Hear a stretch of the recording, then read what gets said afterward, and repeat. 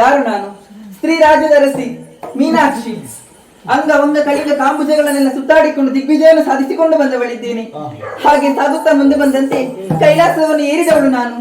ಏರುತ್ತಾ ಹೋದ ಹಾಗೆ ಶಿವನೊಡನೆ ಕಾದಾಡುವುದಕ್ಕೆ ಸಿದ್ಧಲಾದೆ. ಕಾದಾಡುತ್ತಾ ಇರುವಂತಹ ಸಂದರ್ಭದಲ್ಲಿ ನಾನು ಸೋಲನುಣ್ಣಬೇಕಾಯಿತು.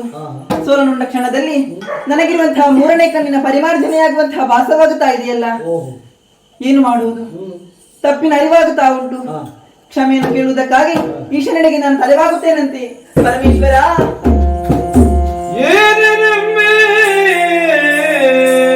ಏನ ಮಾಡಲಿ?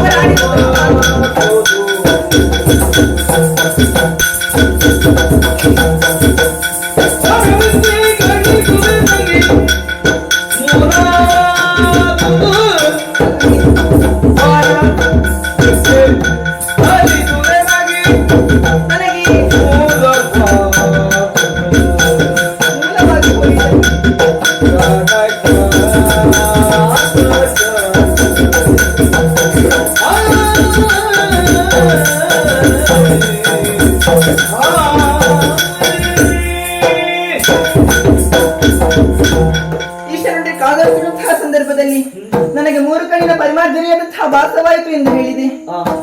ಓಹೋ, ನಾರದರು ಆಡಿದಂತಹ ಮಾತು ಈಗ ಗೋಚರಕ್ಕೆ ನೆನಪಾಗುತ್ತಾ ಉಂಟಲ್ವೇ?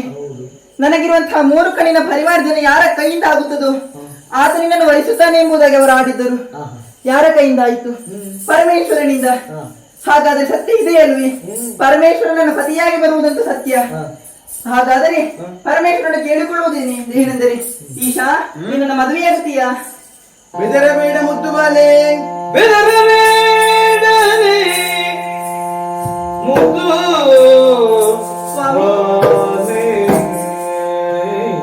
ನೀನು ಬೆದರಬೇಡನೆ ಮುದ್ದು ಬಾಲೆ,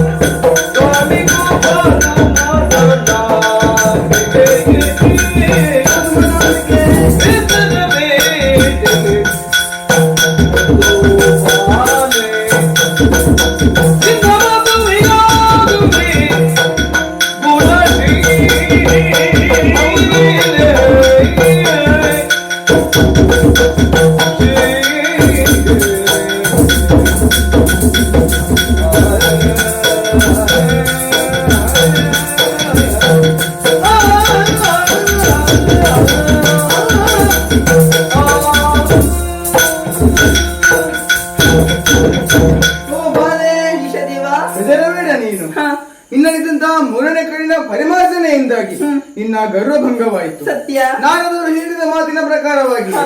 ಇನ್ನು ಮೂರನೇ ಕಣ್ಣಿನ ಪರಿಮಾರ್ಜನೆ ಯಾರು ಮಾಡುತ್ತಾರೋ ಅವರೊಂದಿಗೆ ನಿನ್ನ ವಿವಾಹವೊಂದಲ್ಲದೆ ಹೌದು. ನಾರದರು ಹೇಳಿದ ಮಾತಿಗೆ ತಲೆದೂಗಿಸಲೇಬೇಕು. ಹಾ. ಆದ್ದರಿಂದ ನಿನ್ನನ್ನು ಈ ಗಂಧರ್ವ ವಿಧಿಯಲ್ಲಿ ವಿವಾಹವಾಗುತ್ತೇನೆ.